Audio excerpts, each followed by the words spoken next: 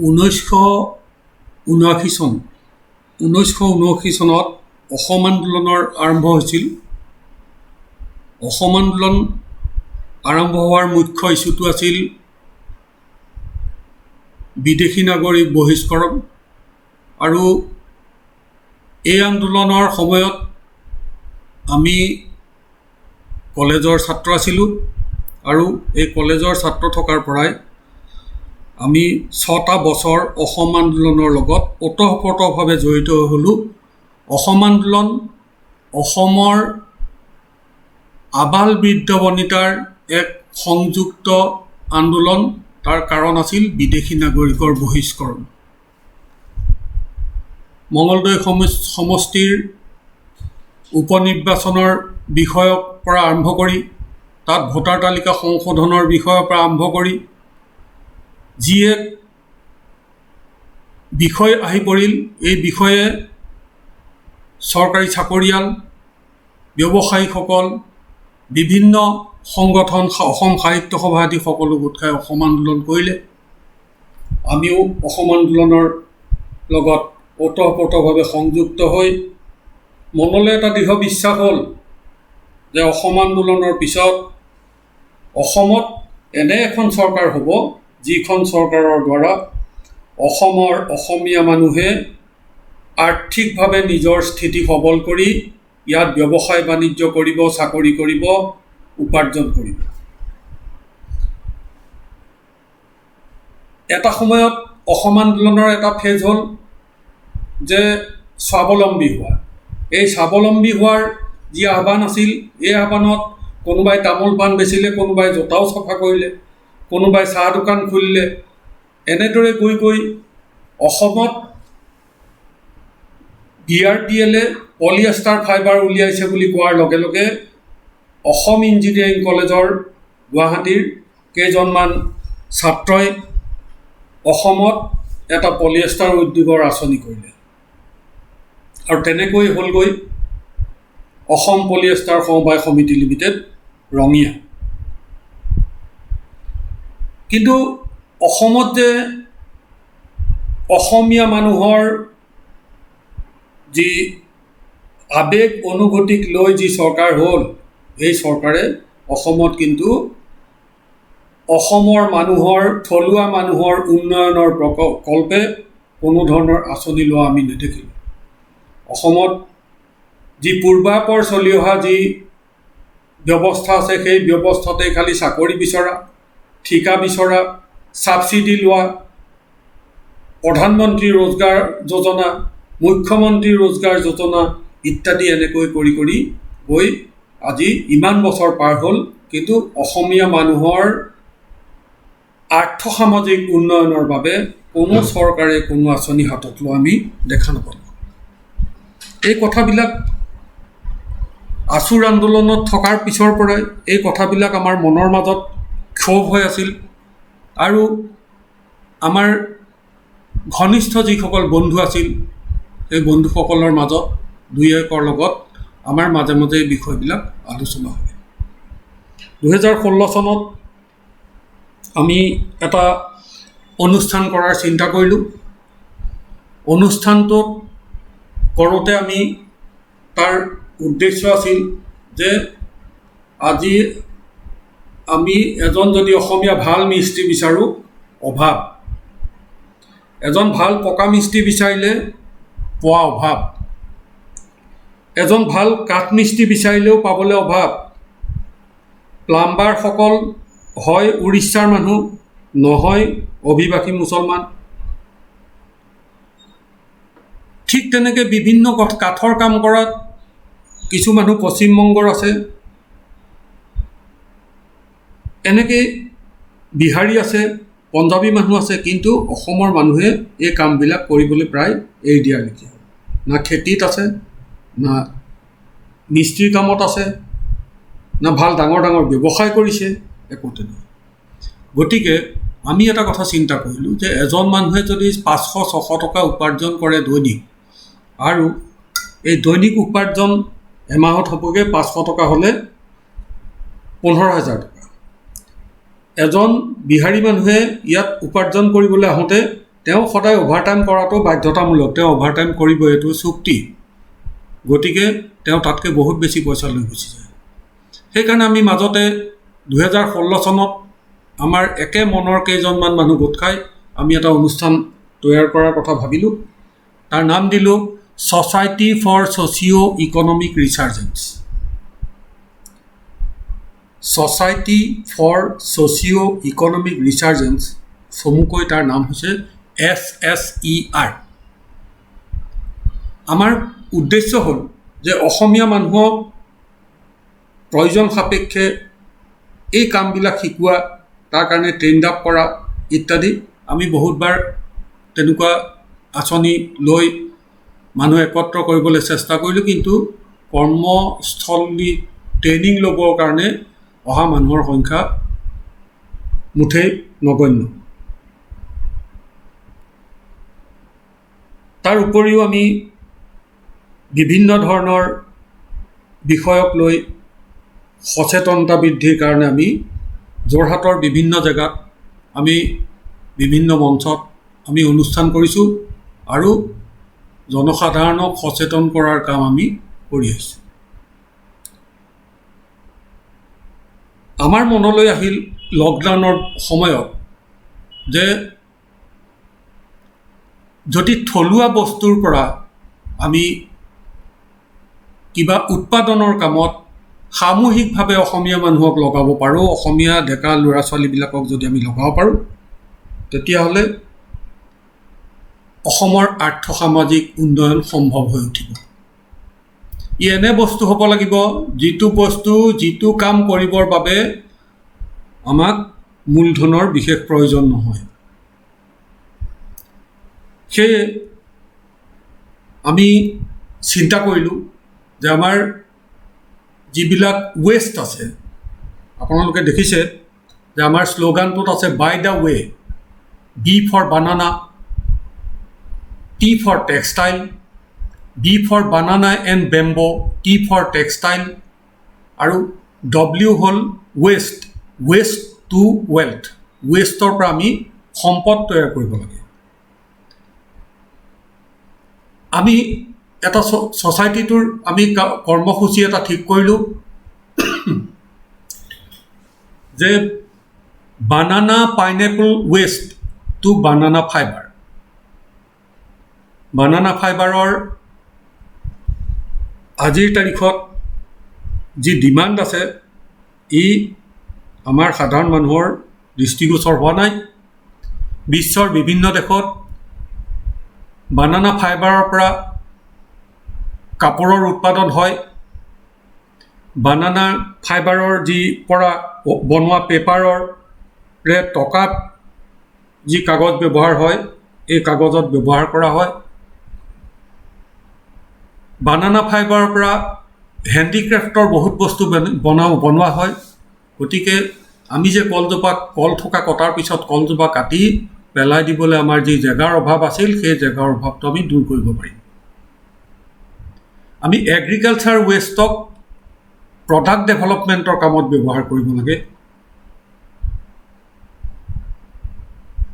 এই ধৰণৰ কামবিলাকেৰে আমি আমাৰ কাৰ্যসূচী আৰম্ভ কৰাৰ বাবে আমি চিন্তা কৰিলোঁ যে আমি এনে এটা অনুষ্ঠান বনাব লাগে য'ত তাৰ অংশীদাৰিত্ব পাব কেৱল কৃষকেহে। যি কলৰ খেতি প্ৰথম পৰ্যায়ত আমি যিহেতু কলক নিৰ্বাচন কৰিছোঁ, যে কলৰ খেতি যিসকলে কৰিব, সেই কলৰ খেতিয়কসকলক আমি আমাৰ এই ব্যৱসায়টোৰ অংশীদাৰ কৰি লওঁ। ব্যৱসায়টো আমাৰ মানে SSER নহয়, ব্যৱসায়টো খেতিয়কসকলে কৰিব। আমি তেখেতসকলক টেকনিকেল ছাপৰ্ট দিম বা আমি অন্যান্য ধৰণৰ তেখেতসকলক যিখিনি সহযোগ দিব পাৰি সেই সহযোগ দিম। তাৰ বাহিৰে আমাৰ লগত তেওঁলোকৰ কোনো অৰ্থনৈতিক সম্পৰ্ক নাই। আমি কোনো পইচা লোৱা কাম নকৰোঁ। আমি সেইবিলাক ছাপৰ্ট দিয়াৰ বিনিময়ত তেওঁলোকৰ পৰা কোনো ফিজ নলওঁ, আমি একো নলওঁ। এনেধৰণৰ এটা সিদ্ধান্তৰে আমি কেইজনমান মানুহ গোট খালোঁ আৰু আমি অধ্যয়ন কৰি গম পালোঁ যে এই যি নেচাৰেল ফাইবাৰ আছে, এই নেচাৰেল ফাইবাৰৰ পৰা আমি অসমত যদি আমি এটা সঠিকভাৱে আমি খোজ দিওঁ তেতিয়াহ'লে এটা টেক্সটাইল হাবলৈ আমি অসমক ৰূপান্তৰ কৰিব পাৰোঁ। ফুড প্ৰচেছিং মেনুফেকচাৰিং হাবলৈ আমি ইয়াক লৈ যাব পাৰোঁ। বাঁহৰ পৰা উৎপাদিত সামগ্ৰী এটা হাব কৰিব পাৰোঁ। ৱেষ্ট প্ৰডাক্ট মেনুফেকচাৰিং এটা হাব কৰিব পাৰোঁ। ৱেষ্ট প্ৰডাক্ট বুলি কওঁতে কৃষিৰ ৱেষ্ট বহুত আছে। আমাৰ ধান কটাৰ পিছত ধানৰ খেৰখিনি আৰু নৰাখিনি তাৰ পৰা আমি পাৰ্টিকুল বৰ্ড বনাব পাৰোঁ ইত্যাদি ইত্যাদি কৰি আমি সেইকাৰণে কৈছোঁ যে বাই দ্য ৱে, অৰ্থাৎ B for banana and bamboo, T for textile and technology and W for waste. Waste মানে waste to wealth. Doctor Mukul Chandra Bora তেখেতে অভিযন্তা, তেখেতে বিষয়টোৰ আঁত ধৰিলে। প্ৰথম মোক কথাখিনি যেতিয়া বানানা ফাইবাৰৰ বিষয়ে তেখেতে অকণমান ক'লে, পিছৰখিনি মই অধ্যয়ন আৰম্ভ কৰিলোঁ। আৰু কৃষি ক্ষেত্ৰত সদায়েই কৃষকক খুব ভাল এডভাইচ দিয়া, অসমীয়া মানুহে কৰা কামক খুব উদগনি দিয়া এজন কৃষি বিষয়া ৰূপম কাকতি, তেখেত গোট খালে। ডাক্তৰ ভাস্কৰ ভাগৱতী, যোৰহাটৰ অৰ্থপেডিক ছাৰ্জন, তেখেতো আমাৰ লগত একত্ৰিত হ'ল যে এইটো এটা অতি উত্তম কাম হ'ব যে যদি কৃষকৰ পৰা পোনপটীয়াকৈ গ্ৰাহকে যদি উৎপাদিত সামগ্ৰী পাব পৰা হয় তেতিয়াহ'লে সি ভাল বস্তুও পাব আৰু উচিত মূল্যটো পাব। আমাৰ সমস্ত কামটোৰ লগত সিও এটা বিষয় আছে। গতিকে এই বিষয়টোৰ লগে লগে আমাৰ স্থপতিবিদ প্ৰিয়ম বল্লভ গোস্বামী, তেখেতো আমাৰ সদস্য, তেখেতে এখন গাড়ী ডিজাইন কৰিলে। এই গাড়ীখনত বিভিন্ন ধৰণৰ পাচলি আহিব আৰু গাড়ীখন নিৰ্দিষ্ট স্থানত য'ত তেওঁলোকে মাৰ্কেটিং কৰিব, যেনেকৈ আমি চহৰৰ অঞ্চলত ৱাৰ্ড অনুযায়ী আমি কৰিব, তেওঁলোকে তাত গাড়ীখনত কৃষকৰ নাম লিখা থাকিব আৰু কৃষকৰ পৰা গ্ৰাহকলৈ পোনপটীয়াকৈ যে পাচলি আহিব সেইকাৰণে লিখা থাকিব যে কৃষকৰ পৰা গ্ৰাহকলৈ। গাড়ীখন মেলি দিলে এখন দোকানৰ ৰূপ ল'ব। এই তাৰ লগে লগে আমাৰ এই গোটেই কামটোত আইনগত দিশ ইত্যাদিৰ আমাক পৰামৰ্শ দিবৰ বাবে প্ৰদীপ শইকীয়া গোট খালে। তেখেত ONGCৰ আইন বিষয়া আছিল। ইণ্ডিয়ান ইনষ্টিটিউট অফ এণ্টাৰপ্ৰেনিয়ৰশ্বিপ, যি এসময়ত সৌভাগ্যক্ৰমে ময়ো তাত ট্ৰেইনিং লৈছিলোঁ, এটা ডাঙৰ অনুষ্ঠান যি বিভিন্ন ধৰণৰ এণ্টাৰপ্ৰেনিয়াৰবিলাকক ট্ৰেইন আপ কৰে আৰু সঠিক দিশত কি ধৰণে আমি এটা প্ৰজেক্ট প্ৰিপেয়াৰ কৰিম তাৰ তেওঁলোকে সেইটোত সহায় কৰে। অতি অভিজ্ঞ মানুহ অচিন্ত কুমাৰ বৰুৱা আমাৰ সহপাঠী বন্ধু। তেওঁ অসমীয়া মানুহে কিবা এটা কৰক বুলিয়েই গোটেই জীৱনটো লিখা পঢ়া কৰি থাকিল। তেওঁ আমাৰ লগত গোট খালে। আৰু জয়া গগৈ কলেজৰ প্ৰাধ্যাপক ডক্টৰ অমল গোস্বামী, তেখেতেও আমাৰ লগত এই বিষয়টোত দেহেকেহে লগাৰ প্ৰতিশ্ৰুতি দিলে। এনেকৈ এতিয়া আমাৰ সকলোৰে নাম আমি কোৱা নাই, কিন্তু এনেকৈ আমাৰ অলেখ সদস্য গোট হ'ল। আৰু আমাৰ সদস্যসকলৰ এটা চৰ্ত আমি ৰাখিছোঁ সকলোৱে যে আমি কোনো ধৰণৰ ৰাজনীতিত পোনপটীয়াকৈ জড়িত নহওঁ, কোনো ৰাজনৈতিক দলৰ লগত জড়িত নহওঁ, আমি কোনো ধৰণৰ ৰাজনীতিত অংশগ্ৰহণ নকৰোঁ। ছ'চাইটিৰ কোনো সদস্যই কোনো ৰাজনীতি নকৰে। আমাৰ সদস্যসকলৰ কোনো জইণ্ট ফিজ নাই আৰু মাহেকীয়াও কোনো মাচুল নাই। আমি যি কাম কৰিম, যি সেৱা আগবঢ়াম, যুৱ প্ৰজন্মৰ এই কামটো কৰাৰ বাবদ আমি যি সহযোগিতা দিম তাইহে আমি নিজৰ নিজৰ পকেটৰ বৰঙণিৰে কৰিম। কিন্তু আমাৰ উদ্দেশ্য হ'ল যে যুৱ প্ৰজন্মই কাম কৰিব লাগিব, যুৱ প্ৰজন্মই অৰ্থনৈতিকভাৱে স্বাৱলম্বী হ'ব লাগিব আৰু তেওঁলোকে উৎপাদন কৰা বস্তু আমি তেওঁলোকৰ পৰা কিনি ব্যৱহাৰ ভৱিষ্যতে কৰিম। অন্যান্য অসমীয়া মানুহৰ লগত বা ভাৰতৰ বিভিন্ন জেগালৈ তেওঁলোকে যি পঠাব এসময়ত, তাৰে এটা আমিও এজন গ্ৰাহক তেওঁলোকৰ হ'ম। আমাৰ উদ্দেশ্য সিমানতে থাকিব। আমি না তেওঁলোকৰ পৰা কিবা টেকন'লজি দি পইচা ল'ম, না তেওঁলোকক কিবা আমি ক'ৰবাত অন্য ধৰণৰ দিহা পৰামৰ্শ দিয়াত তেওঁলোকৰ পৰা কিবা ফিজ ল'ম, তেনেকুৱা কামত কোনো আমাৰ ব্যৱস্থা নাই। না আমি ছ'চাইটিৰ মেম্বাৰশ্বিপ ফিজ দিম, না আমি কাৰোবাৰ পৰা এই যি পৰামৰ্শ ইত্যাদি বা সহযোগ দিম তাৰ বিনিময়ত কিবা পইচা ল'ম, বা আমি কিবা তেওঁলোকৰ গুৰিলৈ ভ্ৰমণ কৰিবলৈ যাওঁতে, তেওঁলোকৰ প্ৰকল্প চাবলৈ যাওঁতে যোৱাৰ বাবদ বোলে তেলৰ পইচা ল'ম, তেনেকুৱা আমাৰ কোনো ব্যৱস্থা নাই।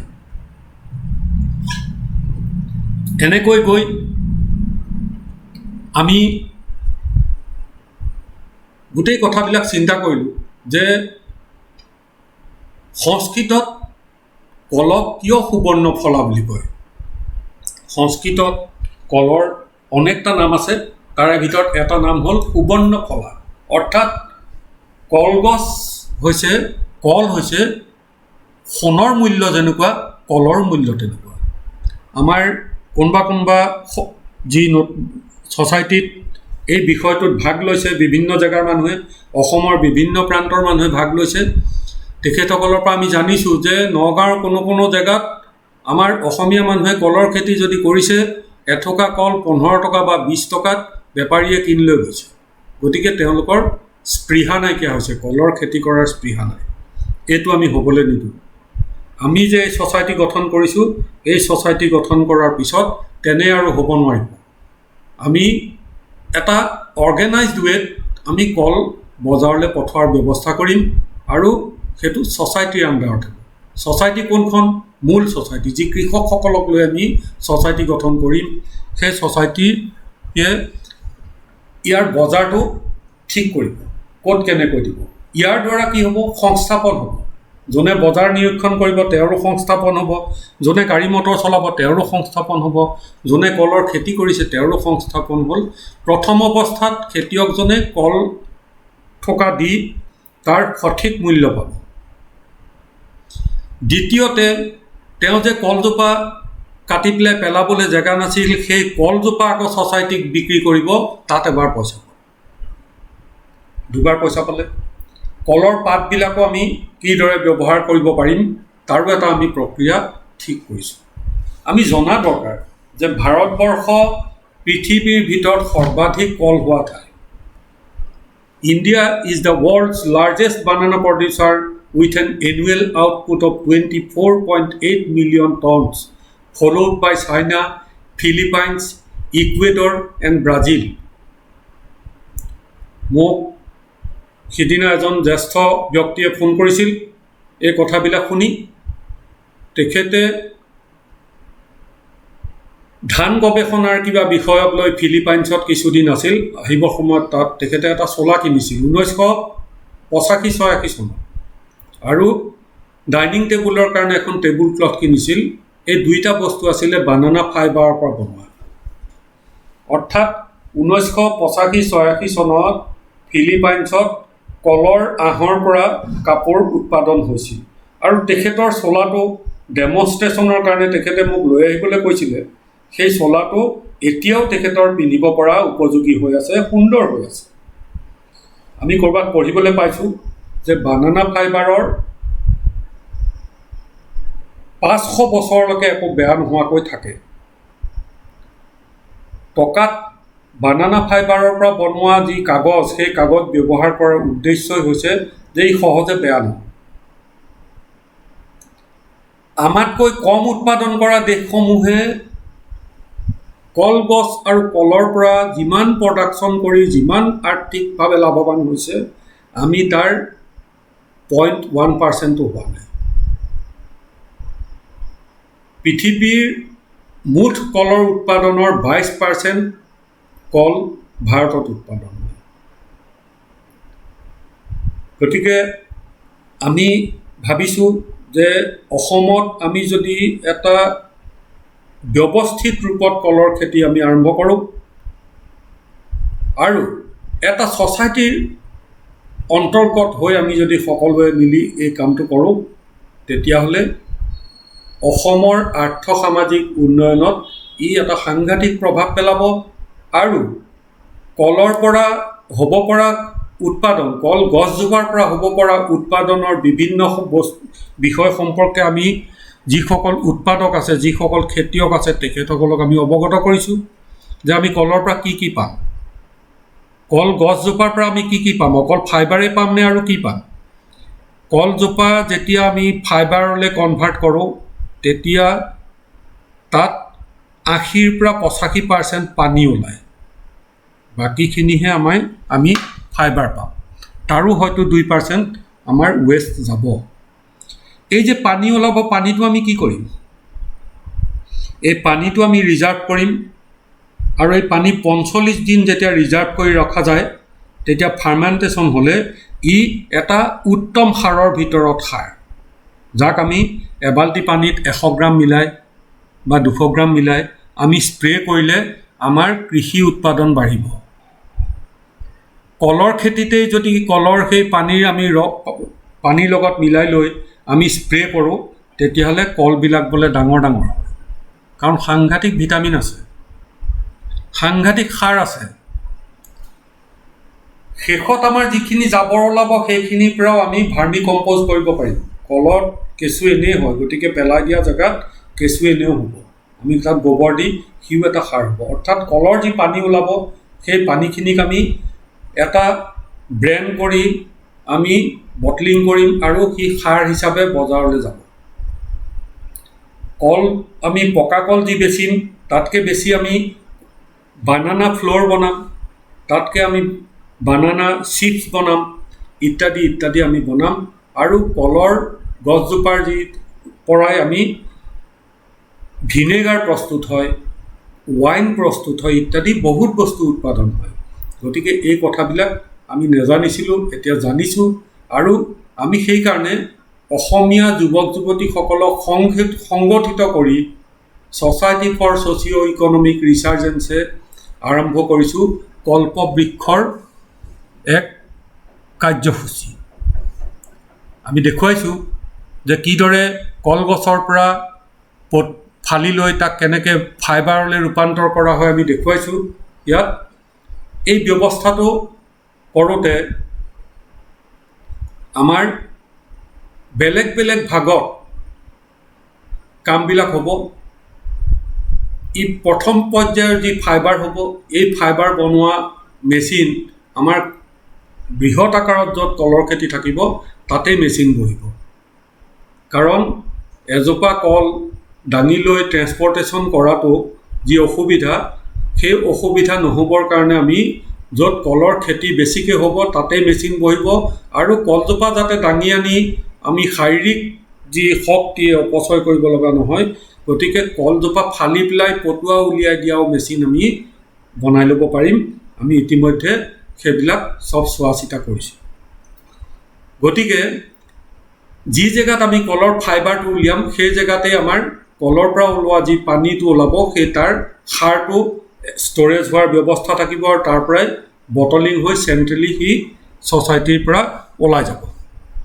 গতিকে খেতিয়কজনে প্ৰতি কলজোপাৰ পৰা দামটো আগতে 15 টকা যে এথোক কলত পাইছিলে, এতিয়া কল থোক 80 বা 20 য'ত যেনেকৈ বিক্ৰী হয় তাত সঠিক দামটো পাব। বজাৰতকৈ মানুহে কম দামত কাৰ্বাইড নিদিয়া কল খাবলৈ পাব আৰু উচিত মূল্যত পাব। খেতিয়কজনে পোনপটীয়াকৈ উচিত মূল্যটো পাব। প্ৰথম ইনকম, দ্বিতীয় ইনকম কলজোপা বিক্ৰী কৰি দি পোৱা ইনকম, তৃতীয় ইনকম কি হ'ব যে এই গোটেই বাকী কামখিনি কলজোপাৰ পৰা আমি ঘঁহি পিহি যি বস্তুবিলাক উলিয়াম সেই বস্তুবিলাকৰ পৰা চেণ্ট্ৰেলি যি উপাৰ্জন হ'ব, আমি উলিয়াম মানে ছ'চাইটিয়ে উলিয়াব। এই যে উৎপাদন হ'ব, এই উৎপাদনটোৰ মানে যি আমাৰ ইনকম হ'ব সেই ইনকমটোৰ ডিভিডেণ্ডটো খেতিয়কজনে আকৌ তৃতীয়বাৰ পাব। গতিকে ৰেচিডিউৱেল ইনকমৰ নিচিনা হ'ব কলজোপা। সেইকাৰণে কলজোপাক সংস্কৃতত যে কৈছে স্বৰ্ণফলা, আচলতে সঠিক এই ভাষা যে কল আচলতেই ইয়াক কোনোবাই কল্পতৰু বুলি কয়,